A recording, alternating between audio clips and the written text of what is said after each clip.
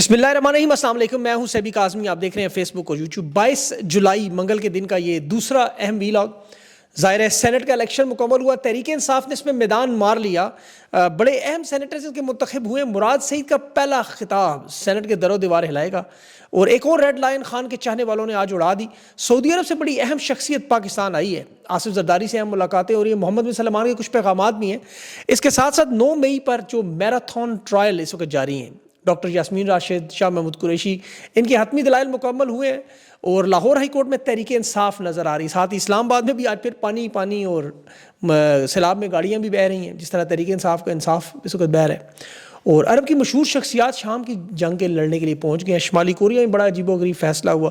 اس کے علاوہ کچھ اور اہم باتیں آج پاکستانیوں کو ظاہر ہے سینٹ کی بات بتانی ہے۔ پھر فلسطین اور تحریک انصاف، معاف کیجیے گا، فلسطین اور تحریک انصاف، خیر نظر ایسے ہی ظلم دونوں پر ظاہر ہے اسرائیل جیسے ہو رہے ہیں، وہ ذہن میں آ گئی۔ ایران کے جوہری پروگرام پر بھی یورپی ممالک کے ساتھ مذاکرات کی آمادگی ہے۔ 25 جولائی کو ایران کے برطانیہ، فرانس اور جرمنی کے ساتھ جوہری مذاکرات پہ معاملات طے ہونے جا رہے ہیں۔ اور پانی کا مسئلہ بہت بڑا مسئلہ بن چکا ہے، اور پاکستان اور افغانستان بدقسمتی سے سر فہرست ممالک میں شامل ہیں۔ اور اس کے ساتھ لندن میں راجہ صاحب کا ایک مقدمہ چل رہا ہے ISI کے جو بریگیڈیئر ہیں ان کے خلاف، سابق ہیں، حاضر ہیں۔ اس کی بھی تفصیلات اینڈ میں بات کریں گے۔ اور الادین، آپ کو پتہ ہے بہت مشہور و معروف سوشل میڈیا شخصیت، ان کے والدین کے ساتھ کیا ظلم ہو رہا ہے۔ لیکن سینٹ کی ووٹنگ سب سے پہلے گنڈاپور کا ووٹ بھی، مریم نواز کا بھی 145 لوگوں کا ووٹ مکمل ہوا۔ اس الیکشن میں جو سب سے اہم بات تھی جو پاکستانی یاد رکھیں، یہ ووٹنگ نہیں ہوئی، یہ بلا مقابلہ انتخابات تھے۔ یہ ووٹنگ صرف اس وجہ سے ہوئی ہے کہ خرم ذیشان ایک عام آدمی ڈٹ گیا۔ اب خیبر پختونخوا میں سینٹ کے الیکشن پر ووٹنگ کروانا مطلب اس کا پلان ہی نہیں تھا، یہ صرف ایک عام آدمی کے، آپ ذرا سوچیں 10-20 اگر ڈٹ جاتے تو کیا ہوتا۔ صرف ایک آدمی کا فرق دیکھ لیں کہ سینٹ کے انتخابات کے لیے جو اپوزیشن اور حکومت نے باقاعدہ اتحاد بنایا ہوا تھا کہ ہم نے 11 سینیٹرز کو مشترکہ طور پر منتخب کرنا، خرم ذیشان اس میں ڈانگ ڈال گیا، مطلب امیدواروں کو دستبردار کروائے گا۔ یہ الیکشن ہوا، بہرحال تحریک انصاف کو کامیابی ہوئی ہے جو وہ چاہتے تھے۔ ایک تو مراد سعید ظاہر سینیٹر بنے، ٹیکنوکریٹ نشستوں پہ اعظم سواتی بھی منتخب ہوئے، خواتین پر روبینہ خالد، وہ ایک اور بھی ہیں، وہ بھی فیصل جاوید، نور القادری بھی ہوئے ہیں، مرزا افریدی صاحب بھی ہوئے ہیں ظاہر ہے، جن کے لیے سارا میدان سجایا گیا تھا۔ پارٹی پوزیشن میں اس وقت سینٹ میں پیپلز پارٹی 26 سینیٹرز لے کر پہلے نمبر پر، تحریک انصاف دوسرے، اور مسلم لیگ نون تیسرے، اور جمعیت العلماء چوتھے، اور انڈیپینڈنٹ۔ لیکن یہ الیکشن نہیں ہے، اب آپ کو پتہ ہے فارم 47 کے 8 فروری کے بعد کے الیکشن کے معاملات ڈفرینٹ ہیں۔ اگر یہ سینٹ کے الیکشن ہوتے تو تحریک انصاف کے 30 اراکین سینٹ میں ہوتے، خیبر پختونخوا سے 4، پنجاب سے 3 اور سندھ سے 1 نشست ان کی چھینی گئی یا دی گئی۔ اب سینٹ کی جو پولنگ ہوئی اس میں تحریک انصاف نے اسے بڑی شاندار کامیابی قرار دیا، اور مزے کی بات ہے خیبر پختونخوا میں اپوزیشن نے بھی اسے شاندار کامیابی قرار دیا، اور گنڈاپور صاحب کو باقاعدہ مبارکباد دی۔ خیبر پختونخوا اسمبلی میں جو سینٹ انتخابات میں اپوزیشن لیڈر وہ بھی فتح قرار دے رہا ہے، اور تحریک انصاف بھی اپنی فتح قرار، یعنی دونوں مل کر ایک دوسرے کو فتح کر رہے ہیں کہ 6 امیدوار ہم نے کروا لیے، جس میں 4 جنرل نشستوں میں، 1 ٹیکنوکریٹ میں خواتین کی نشست پر۔ اور تحریک انصاف کی جو ابھی اعلامیہ آیا، وفاداری، قربانی اور حقیقی قیادت، خان کی ہدایات پر مبارکبادیں تھیں۔ اب فیصلہ یہ کرنا ہے کہ مبارکباد بنتی ہے، یعنی تحریک انصاف کے جو امیدوار خرم ذیشان تھے، انہیں 1 ووٹ بھی نہیں پڑا، 1 ووٹ بھی نہیں، اور پھر بھی وہ پورا پاکستان ان کے ساتھ، انہیں تو خیر ٹکٹ بھی نہیں دیا گیا تھا، لیکن سوشل میڈیا پر پاکستان کی عوام میں خرم ذیشان جس طرح ڈٹ کے کھڑا ہوا، پارٹی کے اراکین نے اسے ووٹ نہیں دیا، بلا شبہ اسٹیبلشمنٹ کی کامیابی ہے۔ لیکن خرم ذیشان کا موقف پچھلے 8-10 دن کی اس کی ٹویٹس اٹھا کے دیکھیں، اس سے پہلے کی دیکھیں تو ساری کے ساری خان کے بیانیے کے عین مطابق۔ اب خرم ذیشان جیسے جتنے لوگ ہیں وہ پورا پاکستان چاہتے ہیں، انہیں سینٹ میں کہاں جانے دیتے ہیں کسی، یہ عام لوگ ہیں، نہ تو عرب پتی ہیں، نظریے پہ کھڑے ہونے والے لوگ ہیں۔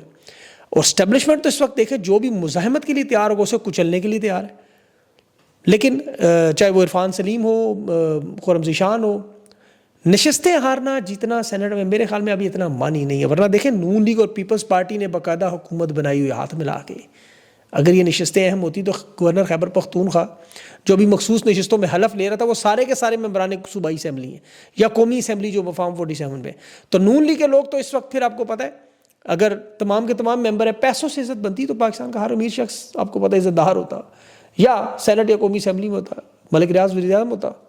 نون لیگ اور JUI کے سینیٹر نے 17 ووٹ آج حاصل کیے، پیپلز پارٹی کے امیدوار نے 18، اپوزیشن کے جو 52 ووٹ تھے وہ مکمل ہوئے۔ مراد سعید کو سب سے زیادہ ووٹ پڑے، 26 ووٹ انہیں ملے، فیصل جاوید کو اس کے بعد 22، مرزا افریدی صاحب، نور القادری کو 21 ووٹ ملے، اور ٹوٹل جو ووٹ بنتے تھے تحریک انصاف کو تقریباً 90 بنے، 92 ان کے امیدوار تھے، 2 ووٹ ضائع ہوئے، اور ان چاروں امیدواروں کے آپ جو اپوزیشن کے سینیٹر تھے انہیں ملائیں تو 18 ووٹ زیادہ انہوں نے لیے اپوزیشن سے. 2 ووٹ ضائع نہ ہوتے تحریک انصاف تو ایک ادھر سینیٹر اور بن جاتا، لیکن فرق کیا پڑنا تھا اس سے. عرفان سلیم صاحب کا ایک بیان ہے کہ انہیں الیکشن میں کہا گیا کہ اگر آپ گئے تو مراد سعید کی نشست خطرے میں پڑ جائے گی. انہوں نے اس پہ دستبرداری کر لی کہ میں مراد سعید کی نشست خطرے میں نہ پڑے. اب مراد سعید حلف اٹھاتے ہیں، وہ سینٹ میں آتے ہیں، وہ کیا معاملہ وہ سب کو پتہ ہے. یہاں جو انٹرسٹنگ بات تھی، تحریک انصاف کے رہنماؤں کا دعویٰ تھا، آپ کو یاد ہوگا کہ خیبر پختونخوا ہمارے لوگ بکنے کو تیار ہیں. میری خود ان سے بات ہوئی لیڈرشپ سے، لیکن انہوں نے کہا جس وجہ سے ہم فارم 47 کی حکومت سے ہاتھ میں لا رہے ہیں.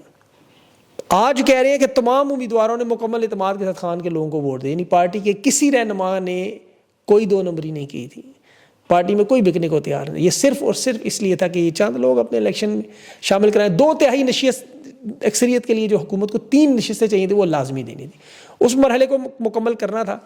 یہ الیکشن جہاں فارم 47 کا نظام ہے اور ایک طرف پاکستان کی عوام ہے جو اس نظام کی مخالف ہے، جسے ٹکرانے کا خان نے عزم کیا. دیکھیں خود خرم ذیشان کو جو نور القادری صاحب آئے ہیں، یا پشاور میں عرفان سلیمی یا مرزا آفریدی صاحب آئے ہیں، اب یہ وہ تمام معاملات تھے جو طے ہوئے تھے ان کے آپس میں.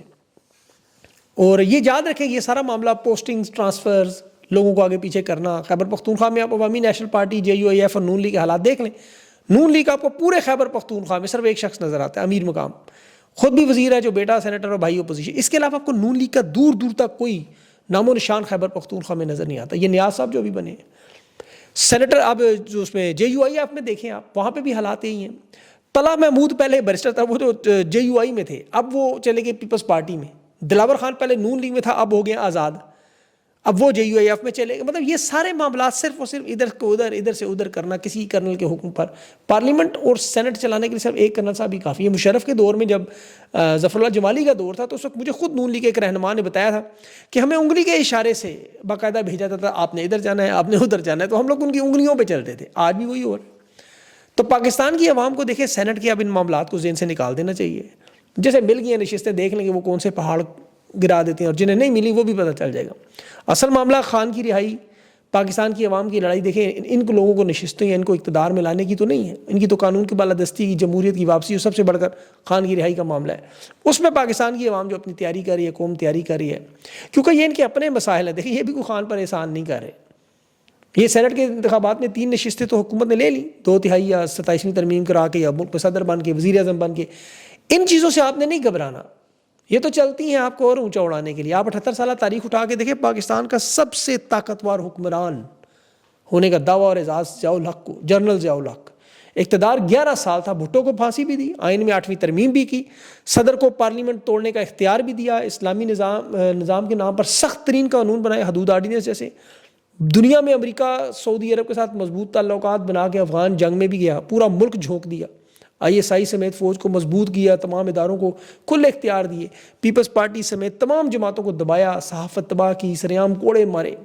یہ اپنے آپ کو سب سے طاقتور ترین حکمران سمجھتا تھا.